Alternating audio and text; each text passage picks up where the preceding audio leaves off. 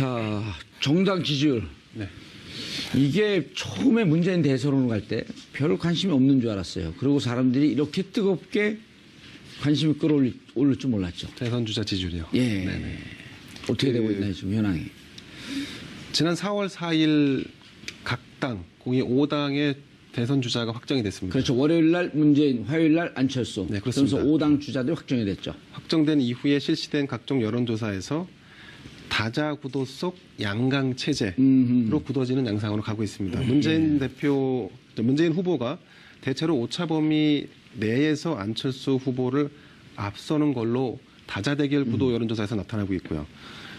홍준표, 유승민, 심상정 후보는 여전히 10% 이하의 지지율을 받으면서 3약 구도로 가고 있는 상황입니다. 예, 알겠습니다. 어디 갔어요, 이게? 이택수 대표님. 네. 이름을 제가 기억을 못 해갖고. 네. 아, 여기 있구나, 가슴에. 이택수 대표님. 이게 지지율이 느닷없이 막 30%가 넘어가 버렸어요, 안철수 후보가.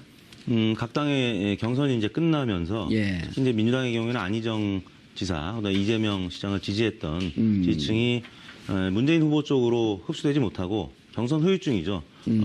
어디로 갈지 모르는 지지층들이 지금 일부가 또 상당수가 안철수 후보 쪽으로 갔다고 봐야 되겠죠.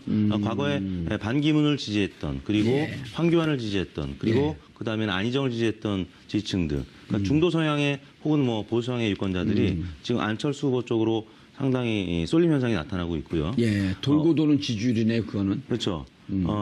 지금 오자 정당 후보들 외에도 김종인 무소속 후보 등이 지금 포함이 돼 있는데 예. 아무튼 홍준표 후보나 유승민 후보가 보수 표심을 흡수하지 못하면서 지금 국민의당 지지율이 오늘 발표된 갤럽 조사에 따르면 22%에 불과한데 안철수 후보의 지지율은 35%까지 또 오른 것으로 나타나고 있습니다. 그러니까 정당 지지율보다 높은 예.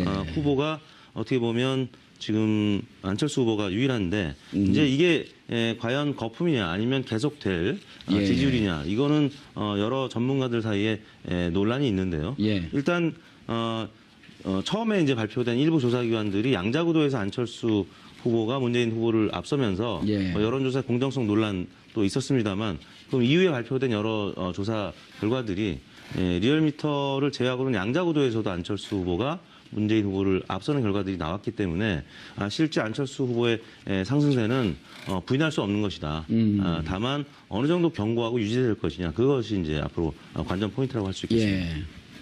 박시영 부대표님. 네. 얘기 계속하세요. 뭐 질문을 받아야 얘기합니까? 예, 이 방황하는 이 중도 보수표가 있었습니다. 그게 한 15% 된다고 예. 봐요. 이 표가 계속 이제 옮겨 다닌 거죠. 예. 결국 이제 마지막 안철수 후보 쪽으로 이게 집결이 됐는데, 이게 견고하냐, 거품이냐 이런 논란이 있지 않습니까? 그렇죠. 그러니까 지금 안철수 후보 지지가 대략 한 35% 내외로 예. 오가고 있습니다. 그러니까 문재인 후보가 한 40% 정도로 오가고 있는데요. 대략 5% 차이가 나고 있습니다. 그런데 지금 이게 계속 굳어질 거냐? 예. 저는 그렇게 보여지지는 않습니다. 1차 고비가 왔다. 예. 누구의? 지금 안철수 후보의. 어허, 1차 왜냐하면, 고비가 왔다. 아니, 올라가자마자 바로 고비가 와요? 예, 맞습니다. 그러니까 대선 대통령은 실력도 중요하지만 하늘이 만든다는 얘기도 있습니다. 운빨이 중요하다고 얘기하는데 이게 만약에 지금 여러 가지 악재들이 쏟아지고 있습니다. 안철수 후보를 둘러싼 의혹들이 쏟아지고 있죠. 흔히 얘기해서 경선 과정에서 렌터카를 이용해서 동원 경선 돈을 치르고 불법을 했다. 착대기, 이른바. 예, 이른바 착대기 렌터카 뭐 이용해서요. 그게 터졌고 그 다음에 이제 조폭이 연루된 거 아니냐 그 과정에서. 그다음에 왜냐면 조직이 있으니까 실어 날릴 수 있고. 네, 그렇죠. 예? 그 다음에 이제 그 부인에 대한 교수 채용과 관련된 의혹이 제기되고 있고요. 예. 그 다음에 이제 오늘 갑자기 또 나온 게 신천지 의혹이 좀 터졌습니다. 그래요? 예, 과거에 이제 신천지가 새누리당과 연관성이 높다. 그리고 반기문 후보가 뜰 때도 신천지 의혹이 제기가 됐었는데 이번에 또 이제 국민의당에서 나왔는데 이건 또 내부 제보예요. 국민의당 강원도당에 수백 명의 신천지 그 회원들이 그 조직적으로 당원으로 가입했다. 이거를 내부 국민의당 내부에서 제보가 이루어졌습니다. 이야. 그래서 이게 연일 지금 계속 쏟아지고 있는데 이게 만약에 일주일 뒤 정도에 만약에 쏟아졌다면 어떻게 보면 주말을 거치면서 안철수 후보가 문재인 후보를 역전할 수도 있는 기세상 본다면 그런 가능성도 충분히 예견이 됐었는데 지금 이제 어제 그제 오늘 이렇게 터지면서 상승세를 가로막는 요인이 발생했다. 예. 따라서 다음 주부터 일부 조정이 있을 가능성이 커 보인다. 저는 예. 그렇게 예측합니다. 이택수 대표님. 여러 가지 이제 조정이 네거티브 요인들이 이제 발생을 하고 있는데요. 예. 어, 지금까지는 오로지 독야총총 혼자 달리고 있었던 네. 문재인 후보에 대한 1대3, 1대4로 그냥 집중포화를 그쪽으로 쏟아부었잖아요. 장장 5년 동안. 그랬죠. 예. 그리고 올해 들어서 이제 경선 레이스에서도 마찬가지였었고 안철수 후보가 지금 이제 뜨기 시작하니까 안철수 후보에 대한 민주당의 공세 예. 그리고 향후에는 또 홍준표 지사의 공세도 이어질 가능성이 있고요. 왜냐하면 홍준표 지사의 경우에는 유승민 후보하고의 단일화 연대도 중요하지만 예. 일단 국고보조금을 받을 수 있는 정도의 지지율 15%까지 끌어올리려면 예. 지금 대략 10% 안팎에서 예. 지금 지지율이 등락을 하고 있는데 이걸 15%까지 끌어올리려면 결국에는 안철수 후보한테 가 있는 보수 포심을 가져와야 되거든요.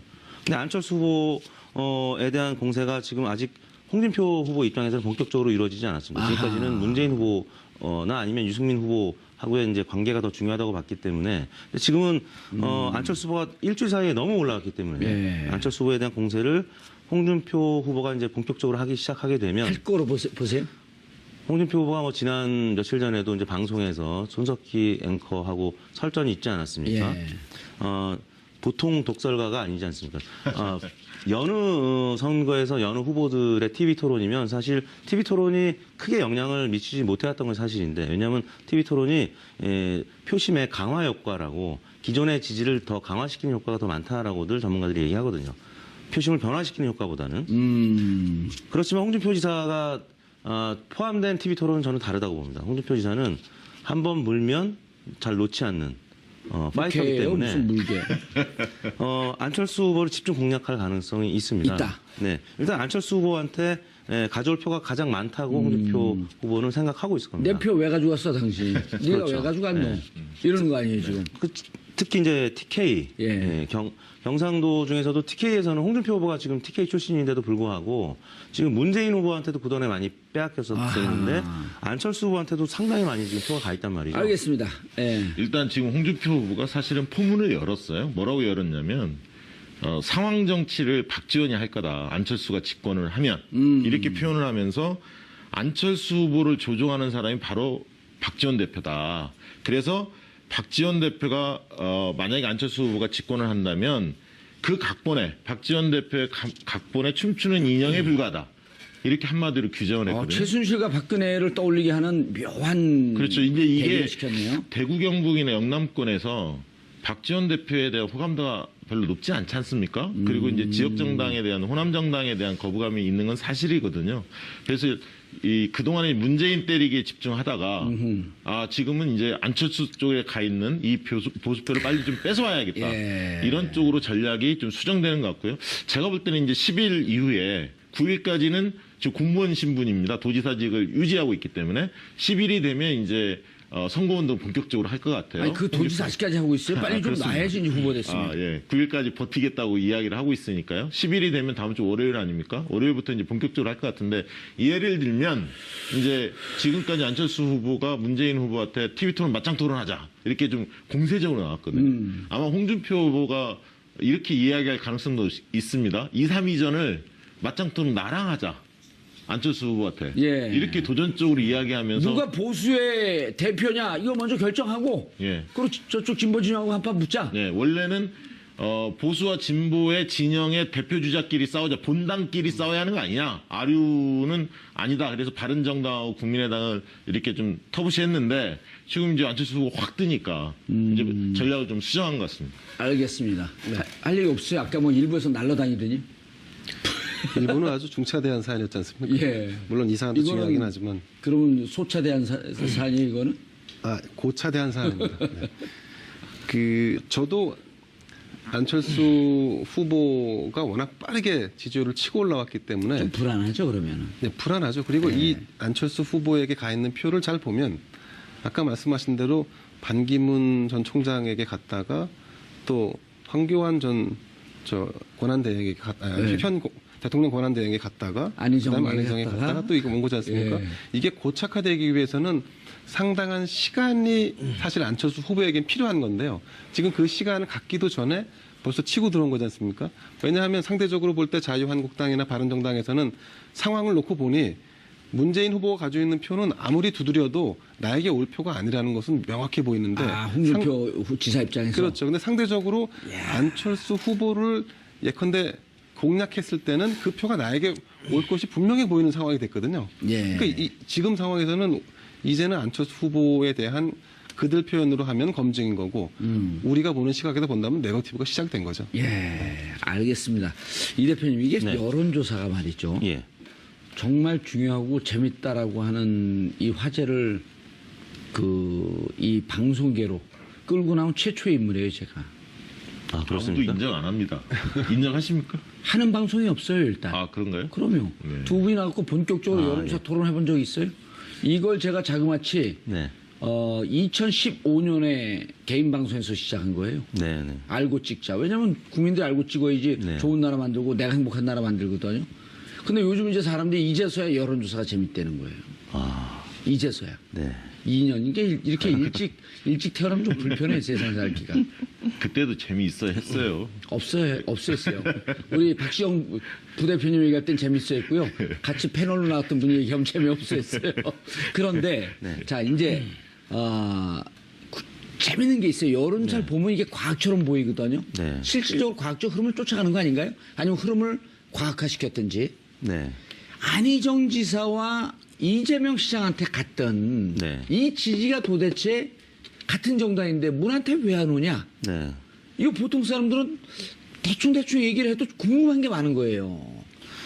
그렇죠. 안희정 지사나 이재명 시장은 앙금을 이제 풀 수 있겠지만 예. 안희정 지사나 이재명 시장을 지지했던 지지층은 아직도 상처가 굉장히 크고 그러니까요. 그 상처를 결국에는 안희정 지사나 이재명 시장이 좀 풀어줘야 되고 그분들을 이제 풀어주려면 문재인 후보가 또 손을 내밀어야 되고 오늘 그래서 문재인 후보가 안희정 지사한테 지금 찾아갔죠. 그래서 앞으로는 이런 앙금들이 조금 풀어질 것이라고 보고요. 또 예. 주말에는 뭐 호프 한 잔씩 하기로 보도가 났거든요. 예. 그래서 이제 이 호프를 지지층들은 누가 한다는 거예요? 문재인 후보와 문재인. 이 나머지 민주당의 세 경선에 명, 출마했던 최성 후보까지 3명. 예, 안희정, 이재명 이분들이 네. 호프 미팅을 한다. 네, 문재인 후보가 호프 미팅을 한다고 주말에 우리의 예, 호프에게 보도가 나왔고요. 희망을 주기 위해서 호프 미팅을 한다. 네. 이런 건가요? 그럼 조금씩 풀리겠죠. 그리고 계속 부유했던 반기문, 황교안, 안희정에서 부유했던 이 유동층.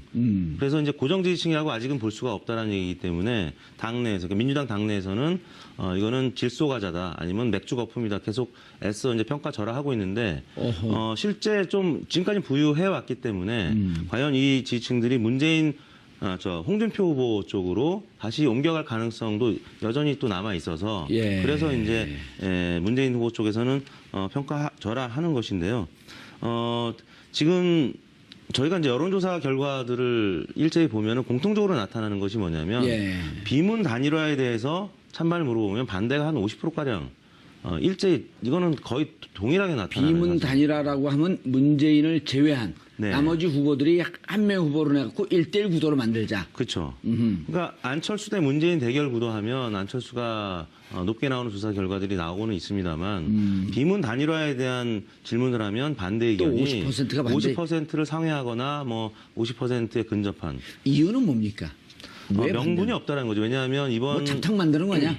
보통은 이제 대통령 선거가 전망형 투표, 그러니까 예. 미래를 보고 정책과 비전을 보고 투표하는데 이번 대선 같은 경우는 박근혜 대통령을 심판하는 그런 그리고 새누리당 정권 심판하는 패권력 투표에 가까운 그런 선거이기 때문에 예. 그래서 비문 이런 단일화에 질문을 반대가 하면 50%쯤 된다. 비문 그러니까 인위적인 예. 인물을 두고 반대하는 그것은 명분이 없다라고 보는 거죠. 그래서 예. 그래서 이제 안철수 전 대표를 지지하는 지지층이 다소 흔들릴 수 있다라는 어떤 징표가 되는 질문이기 때문에 그래서 이제 고정 지지층일지는 조금 더 지켜봐야 될 것 같고 예. 그럼에도 불구하고 이제 워낙 박빙으로 지금 붙어 있고 또 일제히 보수 언론과 또 종편 방송이 안철수 전 대표에 대해서 굉장히 집중 조명을 하고 있고 문재인 후보에 대해서는 굉장히 부정적인 기사들을 최근 며칠 예. 동안은 많이 쏟아냈기 때문에 예. 지지율이 굉장히 지금 접전을 벌이고 있는 거죠. 예, 알겠습니다. 예. 예, 앞으로 이제 쟁점이 될 보충할 게- 게 좀 있나요? 제가 다른 질문이 좀 있는데. 예, 말씀하시죠. 다 알아요? 다 대답할 수 있어요? 네. 알겠습니다. 뭐냐면 이제 네거티브인데 네. 결국은 그 지금 이제 문재인 후보가 약 4년 동안 그 네거티브나 혹은 검증으로 시달렸단 말이에요. 네. 실질적으로 그게 많은 분들이 전문가들이 모여서 얘기하게 되면은 제가 그 다른 방송을 안 보는 이유가 전문가들이 이 말은 나오는데 네. 깊게 고민하지 않은 얘기들이 많이 나와요. 뭐 귀추가 주목된다. 네. 지켜볼 일이다. 지켜볼 거면 자기들 얘기를 왜 들어요? 그냥 혼자 집에 있으면 되지. 네. 그래서 분명하게 요 흐름에 대해서 정말 깊게 고민한 듯한 내용들이 좀 나가주면 네. 시청자분들이 판단의 근거가 되거든요. 네. 그러니까 그런데 네. 여론조사마다 들쭉날쭉해.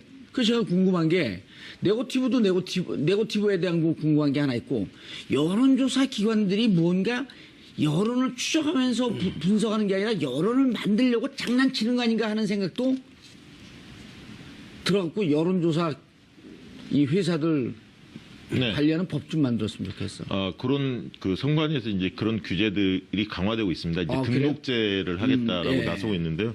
규제가 꼭 좋은 것만 아니죠. 것만은 예. 아닙니다. 그런데 최근에 이제 네거티브요. 네거티브부터 예. 좀 말씀을 드리면 문재인 후보의 경우에는 경선 과정에 제가 볼 때는 가랑비에 옷 젖듯이 이 데미지를 좀 입었습니다. 예. 그러니까 아들 의혹 문제가 제일 컸던 것 같고요. 예. 그래서 이제 그런 부분들을 어떻게 대응할 거냐가 굉장히 캠프는 항상 중요한데 이 문제를 좀 쉽게 본 측면이 있는 거 아니냐. 쉽게 봤어요. 예. 그래서 이제 정유라 사태가 있었기 때문에 조금이라도 그리고 문 후보 같은 경우도 굉장히 좀 깨끗한 이미지가 있었지 않습니까?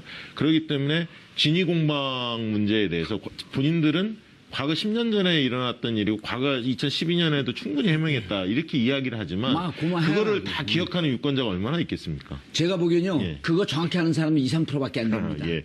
이제 그런 부분에서 대응에 있어서 제가 볼 때 좀 미숙한 부분이 있었고요.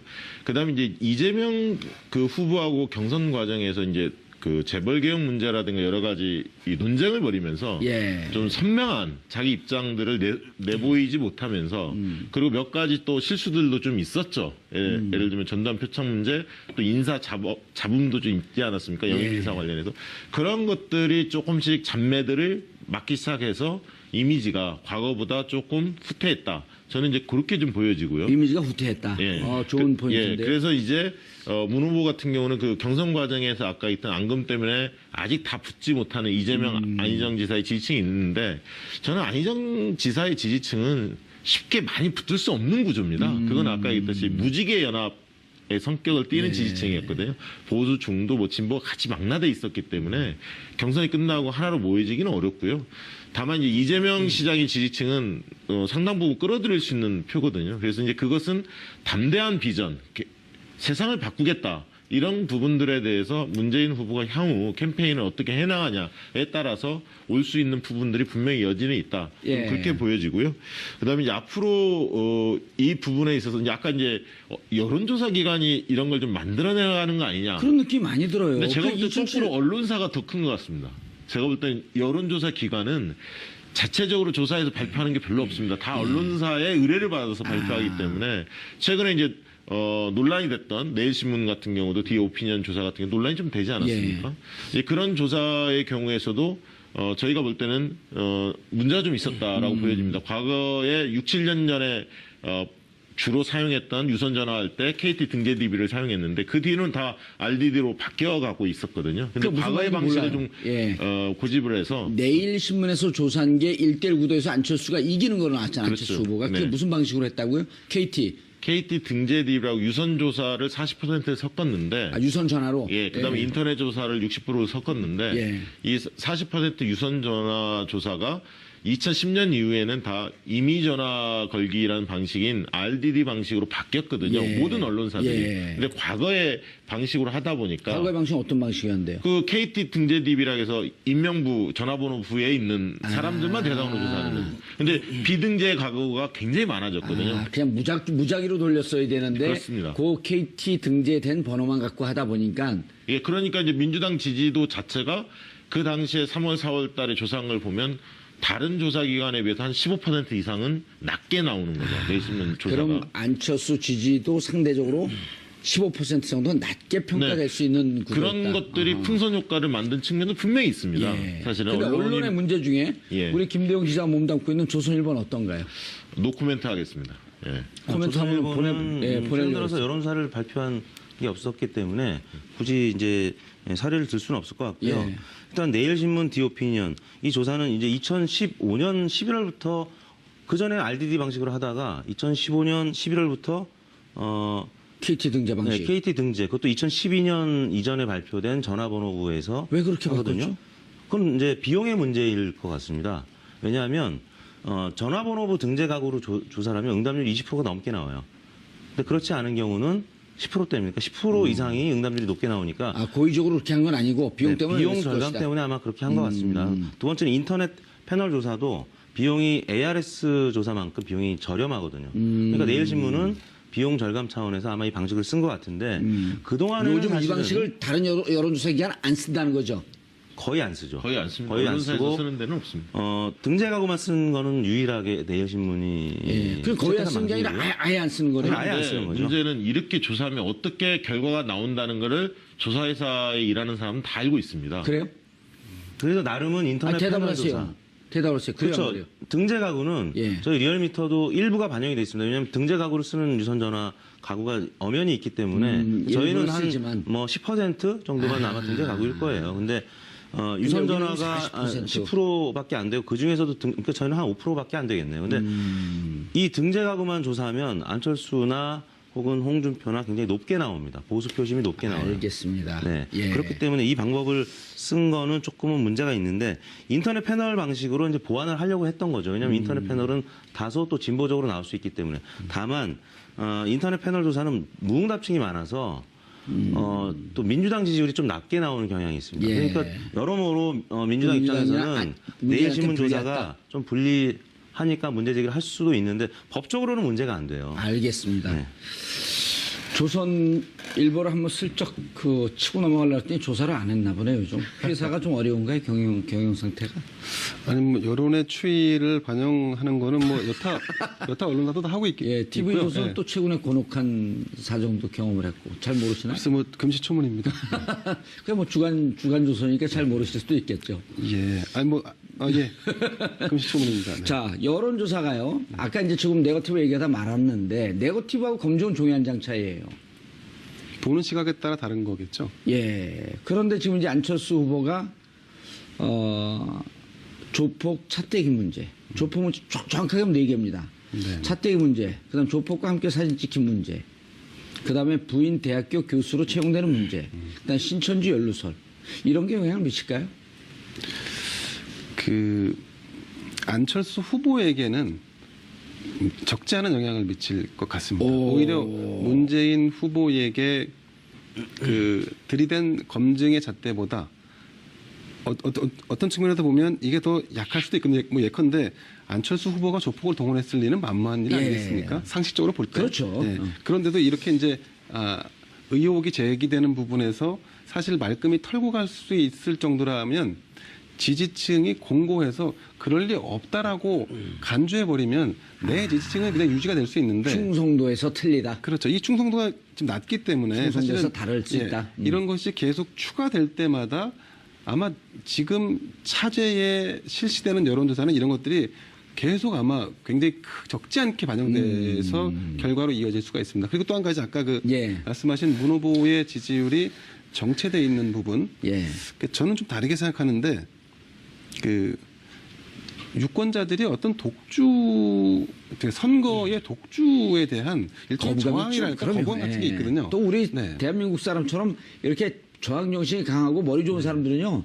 일단 1등 되면 무조건 좀 때리고 싶은 심정이 있는 거예요. 그렇습니다. 그래서 이제 국민은 제가 볼 때 유권자들은 이 완충의 어떤 일종의 조정기를 거친 뒤에 문 후보가 전체를 끌어안을 수 있는 예컨대 우쿨링이라든가 아니면 통합의 메시지, 어떤 민생으로 전환되는 어떤 정책 방향들 이런 것이 우리가 원하는 방향으로 이 사람이 방향키를 돌렸구나.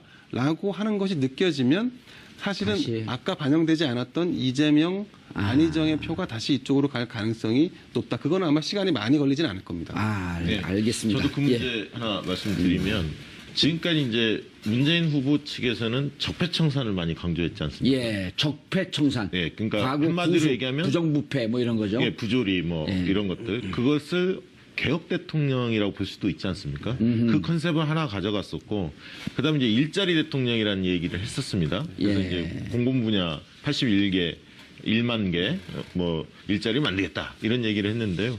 그다음에 이제 최근에 나오는 얘기가 내 삶을 바꿀 정권 교체 이런 표현들을 쓰기 시작합니다. 그건 좀 오네요, 가슴에. 예, 그건 무슨 얘기냐면 민생 문제를 중심으로 좀 다루겠다. 그래서 정권 교체가 바뀌면 구체적으로 뭐 생활비를 좀 절감을 한다든가, 뭐 일자리가 좀 늘어난다든가, 구체적으로 피부에 와닿는 것을 준비하는 것 같습니다. 그것이 과연 유권자들이 흥미롭게 느낄 만한 그런 어떤 파격적인 공약이 과연 나올지 그런 부분이 좀 관전 포인트고요. 두 번째는 싸움의 양상이 안철수 후보하고 문재인 후보와의 싸움의 양상이 과연 안철수 후보가 잡는 게 정권 교체에 맞느냐? 이 문제 가지고 아마 전선이 형성될 가능성이 많습니다. 정권 교체를 바라는 국민들의 요구는 60%가 넘어가는데 만약 안철수 후보가 정권을 잡는 대통령이 된다고 한다면 이게 정권 교체일까? 왜냐하면 현실적으로 보수층의 지지를 받고 지금 안철수 후보가 굉장히 급상승을 했단 말이죠. 20% 이상 올랐죠. 그렇죠. 근데 이제 진보층에서는 문재인 후보를 밀고 있고 중도층은 지금 팽팽하게 맞서고 있습니다. 근데 지금 구전에서는 어떻게 부딪히고 있냐면 호남에서 안철수 후보를 지지하는 국민의당 쪽에서는 호남 정부 만들자, 호남 정권 만들자 이렇게 이야기를 하고 있습니다. 그다음에 이제 민주당 쪽 이쪽은 어떻게 대응을 하고 있냐면 안철수가 집권하면 남 좋은 일 시키는 거 아니냐. 남 좋은 일이요? 예, 그러니까 영남권에 예를 들면 새누리당 과거에 이 세력 좋은 일 시키는 거 아니냐. 결국 왜냐하면 그게 무슨 얘기죠? 집권을 왜냐하면 그 사람들이 주로 지지해서 정권을 잡는 거 아니냐. 그러면 정권을 잡은 다음에도 그 지지표를 의식해서 그쪽 행보를 해줘야 하는 거 아니냐. 자유한국당하고 연대나 연정을 할 수 있겠다. 아니 그러니까 그게 지금 대선 전에 연정을 하지 않죠. 그 지지층을 그 이후에. 받아서 당선이 되기 때문에 그 이후에 아하. 40석밖에 안 되기 때문에 미니 정당, 소수 정당 아닙니까? 그러면 끌고 나가려면 누군가는 연대를 해야 하는데 내용적으로 예. 그게 민주당하고 할 거냐, 아니면 자유한국당이나 바른정당하고 할 거냐에 대한 입장을 요구받게 돼 있습니다. 그런데 싸웠던 민주당하고는 할 수는 없을 거 아니에요. 아니 그러면 왜 그런 국민의당을 찍을까에 대한 답을 못 주죠. 차별성이 없는 거 아닙니까? 과연. 예. 특이한 관점에 이택수 회사 어디 이름이죠? 네, 리얼미터입니다. 리얼미터. 네. 예. 좀 독특한 관점인데요. 일반적으로 보는 건가요?